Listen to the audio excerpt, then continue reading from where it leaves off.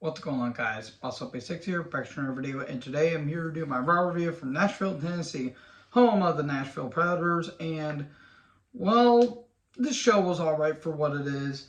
And if you guys know why I'm not going to be like as expressive I am today, my priorities are kind of elsewhere. It's nothing bad to me personally. Just let's just say a tragedy happened, and I'll talk about that later on in the month, I guess you could say, but. Yeah, let's just get right into the show. This won't really take that much of a review. There were some good moments on the show, though. I thought it was pretty solid. Bloodline interrupts the intro. And they text security. They're taking over Raw. This is their show now. Then KO shows up, and he says, well, I still kind of have unfinished business with you. And he wants a fight. And then security shows up, and Pierce says, we ain't doing this tonight. But they go ahead and do it anyway, and it's a big brawl. It's a 4-on-1. And all of catering comes out. I think it was like the Street Profits, Cedric Alexander, Benjamin, Gallows, Ali, and I think Ziggler came down. And they say, and Pierce says, "Well, you guys wanna come in here? Think you own the place? How about you all put your wrestling boots on, and you'll all have matches tonight?" Okay, there you go. More on that a little bit. Byron and Belair are backstage. I now realize that Byron is taller than Bianca. I don't know why. I thought that was kind of funny. And Bianca's talking about her title match tonight. She says she will retain against Alexa about that. And then Pierce and everyone that was helping with attacking the Bloodline are backstage. Everyone wants a piece of the Bloodline. I will say Owen's eyes look swollen. That's because he's got like a black eye that I think he suffered from Roman after Roman kind of gave him a receipt after what happened at Survivor Series. If you guys get it, you get it. And Elias says, I want a match against Solo after he tried to destroy my career by hitting me with a guitar. You ain't going to get a match. You're going to get a street fight tonight. And then Profits and Usos, or Profits and Owens, you're going to be facing Usos and Sammy tonight. And everyone else, I know you guys all want your piece of the Bloodline. You guys will get it eventually. Okay, fair enough. And then Hardy is in the crowd. Not Matt or Jeff or even Tom, but some guy named Hardy. He's a Nashville guy, and he is the artist that did the theme for this month's Royal Rumble theme, which, not gonna lie, sounds pretty good. It's better than whatever hip-hop trash they're trying to do nowadays. Anyways, Bianca took on Alexa in the women's title. I'm sorry, this match did not click. This match was not good. Bianca tried. She carried this match. Alexa seems like she doesn't want to work sometimes. This was messy. This was awkward. This was very, very, very sloppy. And then Alexa keeps getting distracted by people in the black phone mask, and the Bray logo shows up, and the Titantron. Then she attacks the ref, and then she attacks Bianca. It's a no contest. This is stupid. This is really, really, really, really, really stupid. I just don't get this. I don't.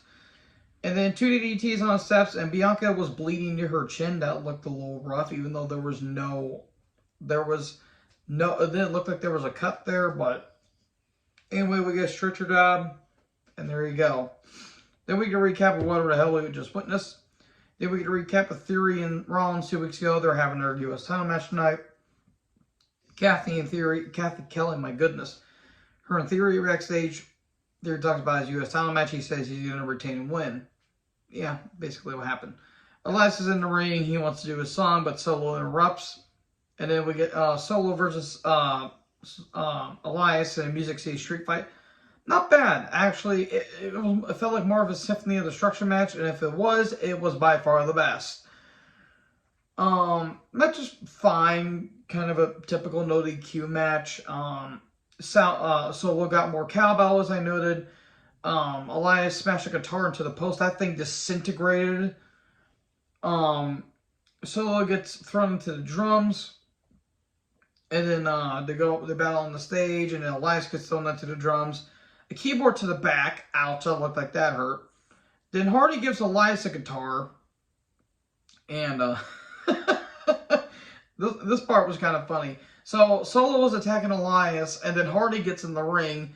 he freaking whacks Solo in the back with it, and the guitar just gets demolished. And yet Solo no-sells it, and then Hardy gets the hell out of Dodge very, very, very slowly, and Solo does nothing. Then Elias tries to get the advantage, but goes up top, gets hit with a Samoan spike out of midair. Then a spinning Solo onto a piano, and that thing just collapsed. And there you go. Solo wins. Fine match. It was a fine match by no DQ standards. And then Profits of No Ones took on Sami and Usos. It's fine. Typical tag match. Nothing really special. Sami is red hot, I will mention. When the Usos turn on him, or the Bloodline turns on them, it's going to be magical. Solo does come down eventually. Usos distract, Haluva kick, Sami gets the win. There you go. There wasn't really much to the match. Montez was not really in his game because, you know, of what happened with Bianca earlier, but I did like a little bit of continuity there. Yeah, it was just typical, just a, you know, typical six-man tag. And then they go to do more damage, and then Drew and Sheamus show up. It's talking about their upcoming tag title match on SmackDown next week. Looking forward to that. Styles is injured. He injured, I think, like his ankle or his leg. I hope Styles gets well soon. I hope he's ready back. I don't know if he's going to be back for the Rumble, unfortunately, but I hope Styles gets well soon. This, I think, was the first major injury he's ever had in WWE, which is kind of, you know, good on Styles for being as healthy as he is, because he's in his mid-40s. So, yeah, good on Styles for that. And then Loomis took on Gable with Otis. This match existed, and Gable lost to the shock of no one. I don't know who this was for, but I guess it got them on the card. It got them time. This was mainly a filler match. Rhodes video package. Cody is coming back. Hooray! Seriously, though, that pec injury looked brutal. Damage Control. I think we had like a vignette of Damage Control backstage, and it looked like the Hurt Business might be reforming because Cedric and Shelton were, you know, side by side with each other, and MVP was coming up to them. Subtle hints, very, very subtle hints, which they never should have broke up the Hurt Business in the first place. Anyway, Damage Control come down. We get a recap of what happened 2 weeks ago again with Bayley and Becky. And Bayley says Trashville because Bayley's just that great. And she says, I've beaten everyone, I've beaten them all. And then Lynch comes down. She says, well, yeah, you may have beat me, but you didn't beat me clean. She wants a match tonight. Okay. And then, she wants a match, but Bayley denies. Fine, how about a handicap match? Okay. So, Io and Dakota took on Becky. It was kind of typical. Mia Yim does come down at one point, and apparently it's now a tag match? That makes no sense. Even Bayley's like, well, how does that make sense? Bayley does distract, and Io and Dakota win. It was fine for what it is.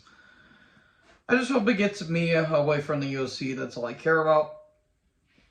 And then Kathy and Rollins are backstage. Rollins says tonight, you know, Nashville's going to sing my song, and I'm going to take back my title. Then we get a recap of Bianca and Alexa earlier. Byron and Bliss are backstage. The high comparison is absolutely hilarious. And Bliss says, I didn't lose control, I gained control. It's all mind games now. Cool. We get footage of Dominic getting arrested. The Dominic's in a white room, and it says, jail changed my life. And he's trying to go Razor Ramon-esque. I guess since he has a toothpick.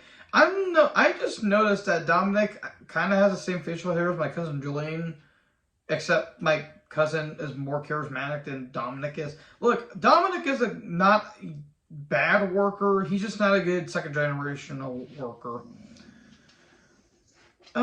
Anyways, Theory comes down. Then we get a Reed video package. I really hope Bronson Reed coming back is going to benefit and not just be a lot of diminishing returns, even though he should have really stayed in New Japan because him as Jonah was absolutely awesome. The dude pinned Kazuchika Okada, that much I'll say. Then we get Rollins versus Theory U.S. title match. I will say this was probably the best Austin Theory match ever, and that's not saying much. Rollins did absolutely great as always. He got the knee targeted, of course.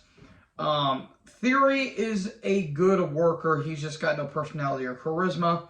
He's literally a charisma vacuum. Like when Rollins got on offense, everyone was blaring with enthusiasm. There was a botched powerbomb attempt where Rollins plays off his tweaking his knee. That was a good recovery there. There was a Falcon Arrow attempt, but Theory turned it into a Yuji Goroshi. I think that's what it's called. Where it's a fireman's carry into a backbreaker in some ways.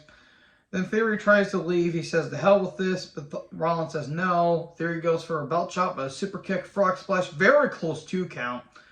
Ref bump, pedigree, another ref comes out, another close kick out. And then they almost another ref bump, low blow, 8-10 down, Theory wins. Okay, it doesn't make Rollins look weak. They did keep Rollins strong if Theory had a cheat to win, which, I mean, I guess that works. I don't know what they're going to do with Rollins next. I don't know what they're going to do with Theory. Maybe Lashley might come back and finally get his title back, but who knows. So anyways, Raw was alright for what it is. So thank you guys so much for watching this video. Make sure you guys like, comment, subscribe, tap the little bell for more notifications. Join the herd. I'll talk to you guys in the next video. Peace out.